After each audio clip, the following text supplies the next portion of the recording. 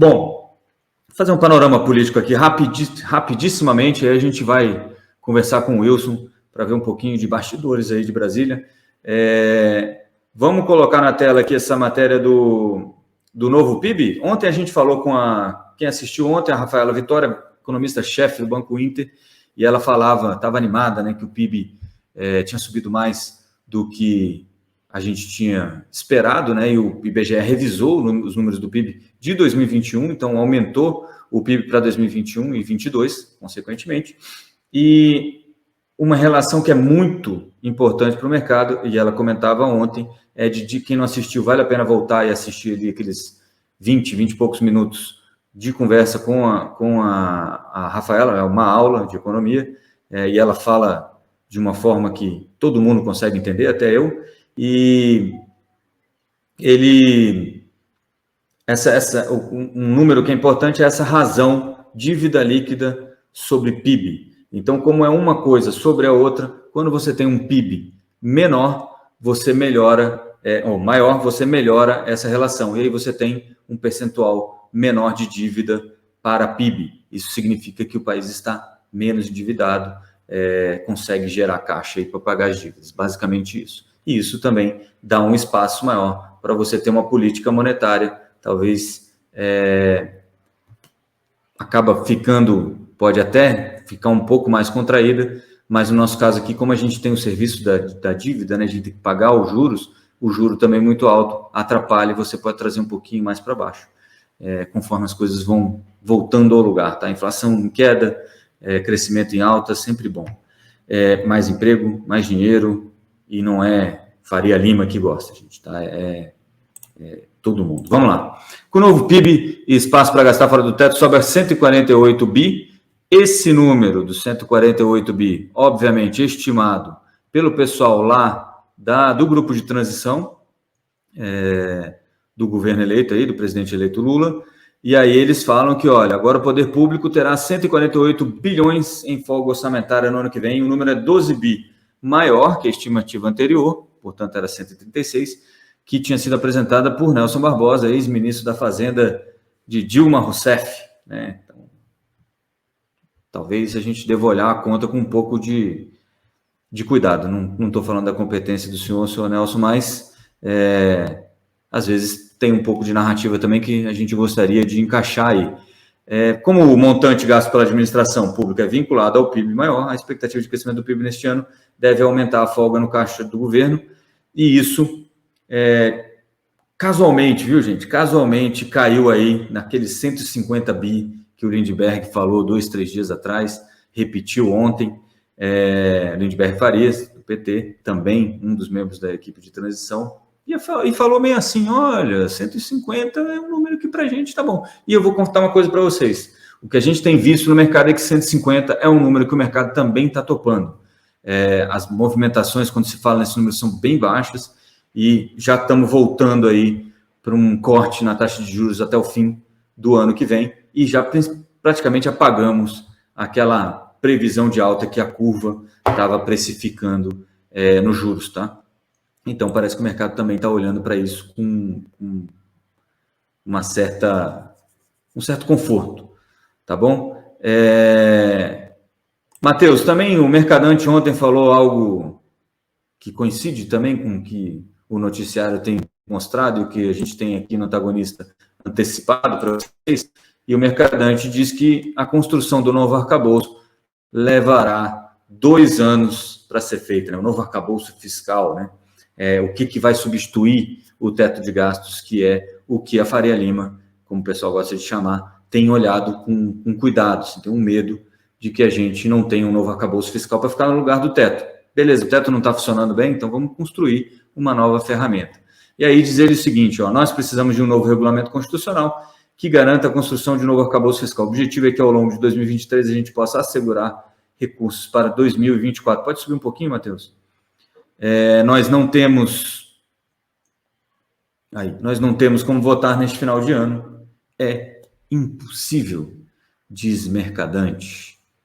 Por isso, nós estamos discutindo que nós precisamos de 2 anos para construir um novo arcabouço fiscal. Dificilmente nós podemos fazer um pelô que é o projeto de lei do orçamento anual do ano que vem. O PELOA tem que ser apresentado em abril, e é um período muito curto para formar as comissões que precisam ser formadas. E aí, o Mercadante já deu a dica de como vai ficar a PEC, né? 2 anos para o Bolsa Família fora do teto de gastos, e 150 bi, casualmente, é o número mágico que deve fechar essa conta. Qualquer coisa abaixo disso, o mercado vai ver com ótimos olhos, tá? Se voltar ali para aquele 70, 80, que era a conversa inicial lá de Paulo Guedes, obviamente, aí o juro futuro deve dar uma fechada grande, e aquela dica que eu dei para vocês no começo da semana, de comprar a B26, né, ou IPCA+, com vencimento em 2026, também fatura uma graninha. Quem tiver no pré-fixado também fatura uma graninha a mais, num movimento um pouco mais veloz aí dos títulos públicos, tá bom? Só que para encerrar, antes de eu chamar o Wilson, Matheus, coloca aí esse esforço do nosso querido presidente eleito Luiz Inácio Lula da Silva para acalmar os aliados. E aí, gente, para quem mora em Sucupira há mais tempo, quem não é novo em Sucupira, já assistimos isso no começo dos anos 2000, tá? Existe essa necessidade de acomodar esse monte de aliança programática, né? Vocês vão ver aí que tem muita gente falando em aliança programática. Ontem o Wilson, inclusive, falou com o líder lá do União Brasil, até já deixo ele preparado aí para também trazer um pouquinho disso aí. Então, a ideia é que o Lula teve uma conversa com parlamentares do PT ontem à tarde, então ele está tentando acalmar o próprio partido, viu, gente? Porque o PT vai ter que ceder algum espaço para os partidos aliados, para compor aí um Congresso que seja minimamente, como é que se diz, eficiente, né? Que eles consigam passar alguma coisa lá. Então, mas disse que a necessidade é isolar o bolsonarismo na política institucional. O que o presidente Lula disse é isso. O PT, pelo tamanho dele, tem que ser reconhecido no governo, mas também tem que compreender essa premissa de isolar o bolsonarismo dentro da institucionalidade, disse aí o senador Rogério Carvalho, que é do PT de Sergipe, né, no final do encontro lá. E aí mostrou que é óbvio que todo mundo tem que entender as necessidades das articulações políticas. Então, vou chamar aí nosso querido Wilson, que é o cara que conversa com esse pessoal aí, tá vendo? Tem almoço. Rapaz, almoço do Wilson aqui não tem uns 3 ou 4 só na Faria Lima que consegue pagar, viu? Aí em Brasília. Wilson, você ouve a gente aí? Parece travado aqui. É só para mim, Matheus? Deixa eu ver se... Wilson? Calma aí, gente. Tivemos problemas técnicos, pelo menos ele ficou travado aí com esse sorriso aí, né? Eu, quando fico travado, fico meio... Mas é o seguinte, o Wilson ontem conversou com o líder do União Brasil aí, que me foge o nome neste momento, a gente só está recuperando aí esse contato com o Wilson. E o Matheus me avisa aqui, viu, Matheus, quando tiver tudo certo, por favor. Eu vou fazer o seguinte, enquanto o Wilson não vem, vamos... Põe na tela para mim aqui os juros, Matheus. Que eu ia falar disso um pouquinho mais para frente, mas vou adiantar aqui, ó, que é o seguinte, ó. O payroll... O Wilson já voltou? Então vamos de Wilson. Wilson? Opa, estou te ouvindo. Olha aí. Pronto. Agora sim. Uma coisa chamada tecnologia, amigo. Fazer o quê, né? Uma coisa chamada conexão Wi-Fi. Sempre dá problema quando você mais precisa. Eu tinha um ex-chefe que dizia que o computador foi inventado para resolver todos aqueles problemas que você não tinha antes dele ser inventado. Exatamente, mestre, exatamente. Tecnologia deixando... Olha, é engraçado, porque já teve papos que a internet caiu exatamente no início do papo. Então, acontece. Esse tipo de coisa é absolutamente normal. Bom dia, Rodrigo. Tudo bem, mestre? Como é que você está? Bom dia, tudo ótimo. Espero que esteja tudo bem por aí também. Brasília, você sabe que eu morei aí muito tempo, gosto muito da cidade, mas o que eu quero de você, obviamente, além das dicas gastronômicas, porque eu sei que você anda almoçando aí com um pessoal importante, contas que a gente não consegue pagar nem na Faria Lima, o pessoal é diferente em Brasília, né? Rodrigo, mas brincadeiras à parte. Eu pago meus boletos da prestação, amigo. É o que dá para fazer. Mas vamos lá, Wilson. Ontem você falou, inclusive, com o líder do União Brasil, não foi isso? Uhum. Sobre... Sim. É aquilo, né? Eu apoio, mas tem que estar com, como é que se diz, uma adesão programática, né? Todo mundo fala isso na política, mas depois a gente vai ver que a adesão programática é um carguinho aqui ou ali, ou estou sendo muito cruel? Não, eu acho que é isso, Rodrigo. A gente precisa pensar. Ontem, uma frase que eu escutei não só do Elmar Nascimento, né? Ontem eu conversei voltando de férias, né? E eu conversei, retomando todos os contatos, eu conversei com vários parlamentares ontem. E algo que se fala muito é que há uma sensação de alívio na classe política em relação ao governo Lula, porque vários parlamentares me falam basicamente a mesma frase. Wilson, voltamos a negociar política da forma como a gente estava acostumado, sabe? Voltamos a negociar política a partir de composição de ministério, a partir de composição de apoio, a partir de uma correlação de forças. Então, essa é a frase que mais se fala aqui em Brasília. Tá? E nessa composição para o governo Lula, ao contrário do governo Lula 1 e do governo Lula 2, o PT precisa estabelecer aí uma correlação de forças que garanta o mínimo de governabilidade, tanto na Câmara quanto no Senado, nos próximos 4 anos. Né? Por isso que o PT já tem conversas avançadas com o MDB, tem conversas avançadas com o PSD. União Brasil entra nesse arco de alianças. Eles falam que não é bem isso, mas provavelmente a União Brasil, ou União Brasil, dependendo da forma como você concorda, né? Se você vai concordar com a União, se vai concordar com o partido, né? União Brasil pode criar uma situação de ter um ministério, mas ter meio apoio, né? Só parte da bancada apoiar a base do governo Lula, a outra parte ficar mais independente, como já aconteceu na gestão Jair Bolsonaro, né? A União Brasil teve 3 ministérios, né? E não necessariamente foi um partido que votou de forma orgânica e de forma fiel às pautas do governo Jair Bolsonaro. E também, agora já se fala também de republicanos, né? Já tem uma ala aí do republicanos que já está sendo sondada entre 25, 26, 27 parlamentares do republicanos, que é aquele partido ligado à Igreja Universal, que também poderia ajudar a compor essa base do governo Lula no segundo mandato. Então, assim, você vê, Rodrigo, que a política ela é muito dinâmica, né? E que vários aliados que eram do Jair Bolsonaro hoje já começam a migrar para o governo Lula justamente por isso, né? Porque você tem uma possibilidade de abertura de espaço. Mas foi aquilo que a Júlia escreveu ontem, que o próprio PT já sabe não sabe muito bem como lidar. Porque você vai precisar comportar entre 30 e 33 ministérios, esse é o número, né, que se fala aqui em Brasília, que você vai precisar comportar o PT, que quer a maioria das pastas, aí vamos contar aqui, MDB quer 3 pastas, PSD quer 2, União Brasil já fala em 2, uma em Câmara, outra no Senado, republicanos também já ali ensaia ter um ministério, Rede provavelmente vai ter 1, né, comandado pelo Randolph, né, PSB deve ter 2 ou 3, né, provavelmente Márcio França e o Flávio Dino. Então, assim, é muito aliado para pouco ministério, né? É muito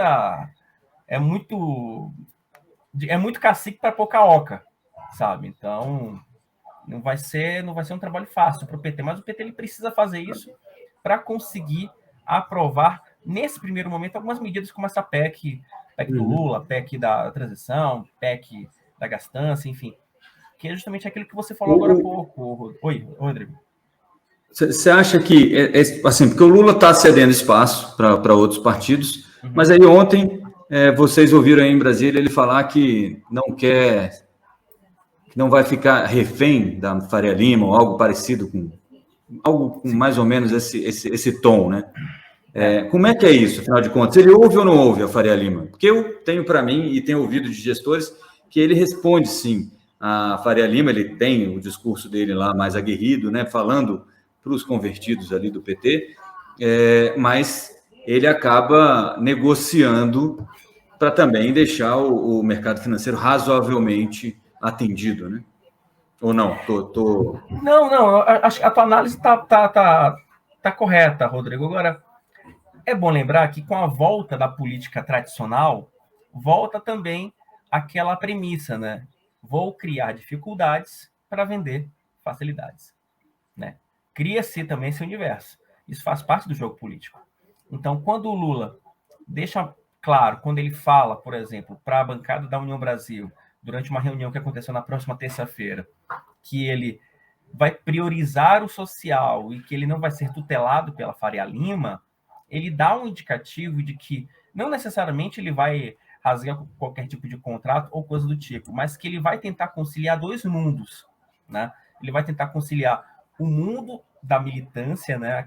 O núcleo histórico do PT, uma política social robusta, mas ao mesmo tempo vai tentar se voltar aí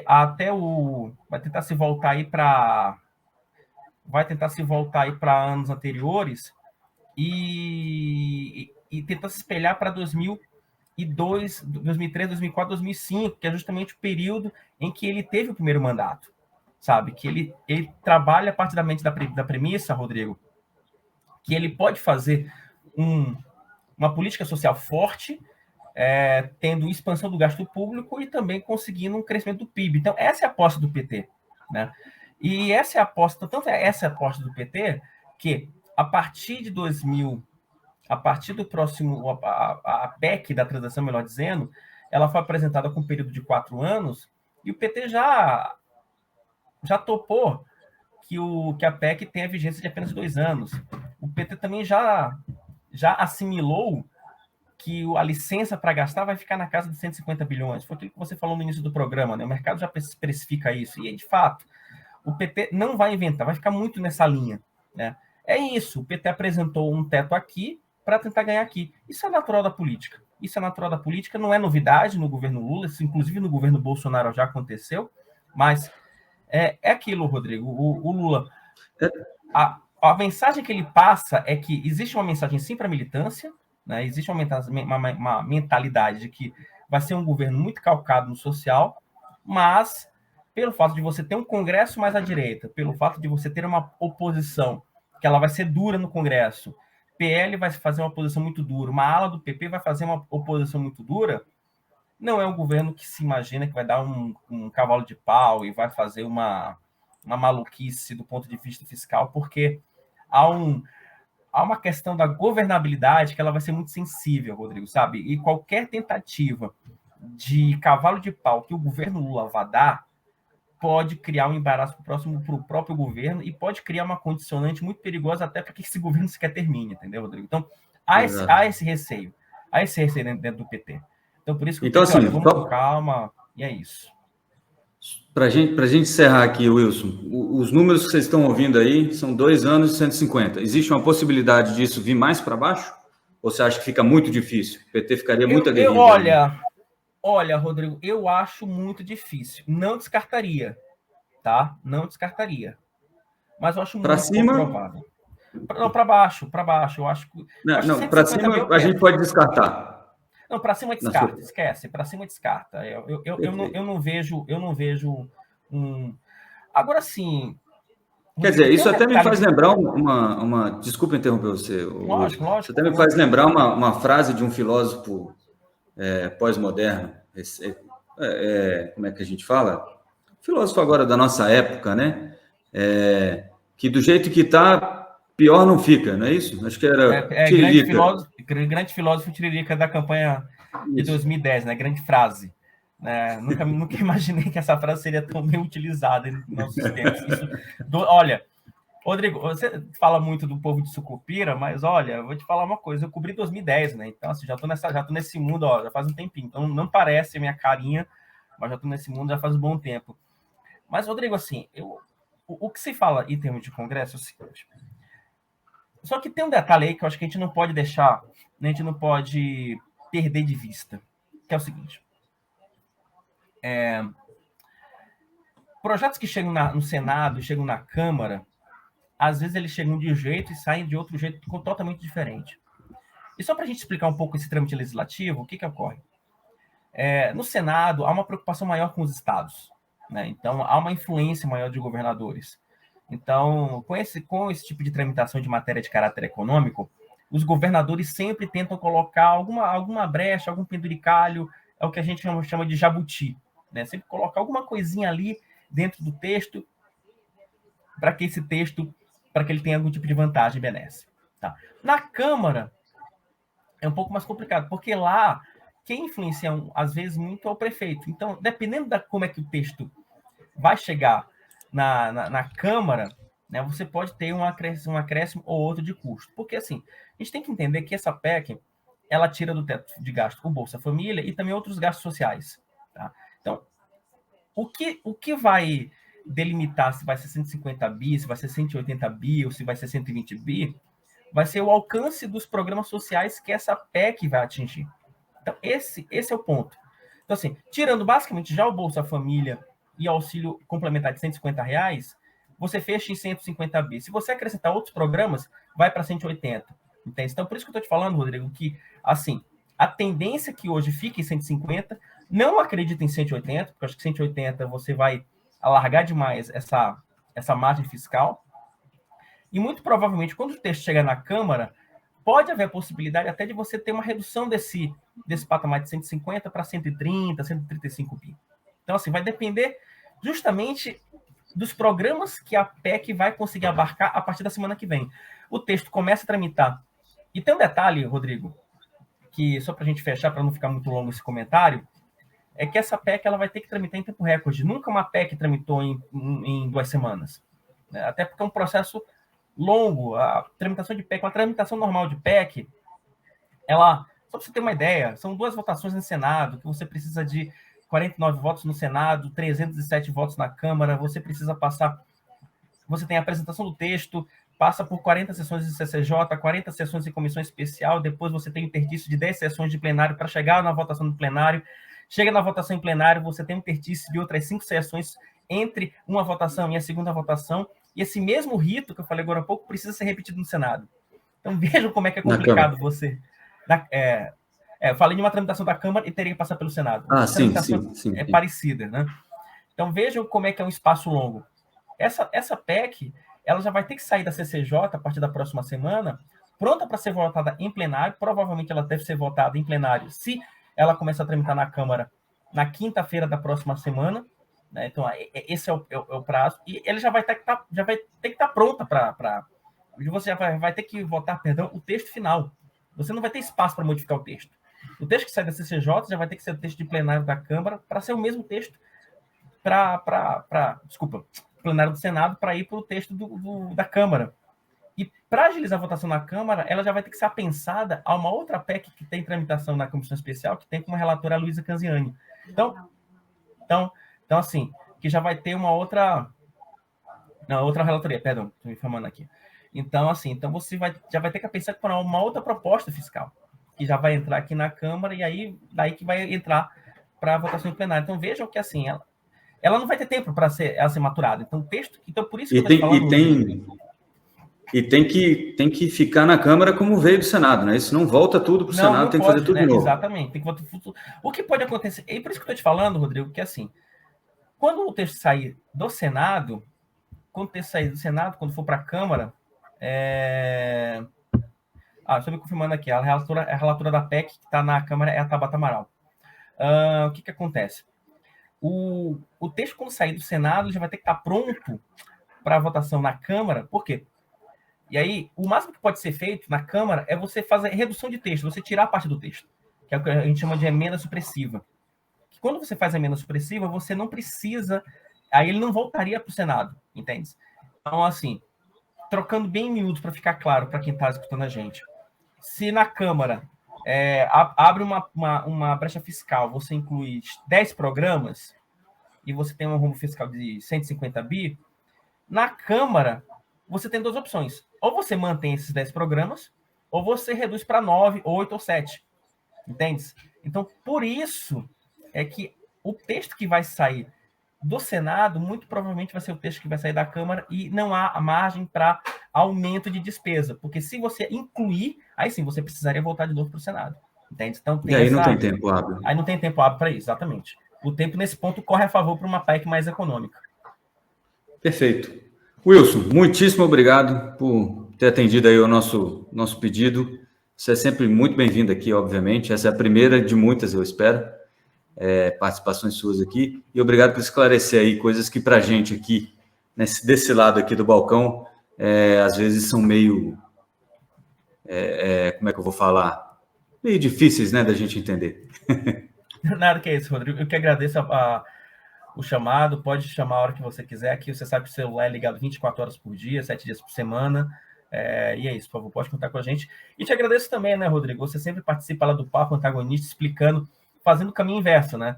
Explicando esses detalhes, esses meandros da economia que, sinceramente, não são fáceis para todo mundo. É um universo que ele requer realmente uma especificidade, uma capacidade analítica que poucas pessoas têm, de fato você tem, e, enfim, eu sempre te agradeço por participar lá do Papo também, para dar também esses esclarecimentos sobre a economia brasileira, que ela pelo fato da política brasileira ser muito confusa, o cenário econômico também não é dos mais simples, então é isso. Tá aí, obrigado, gente. Obrigado, Wilson. Senhoras e senhores aí, Wilson Lima, o nosso mentor aí, um dos apresentadores aí do Papo Antagonista, todo dia, 18 horas. Você que quer ficar mais bem informado aí, todo dia, 18 horas lá no Papo.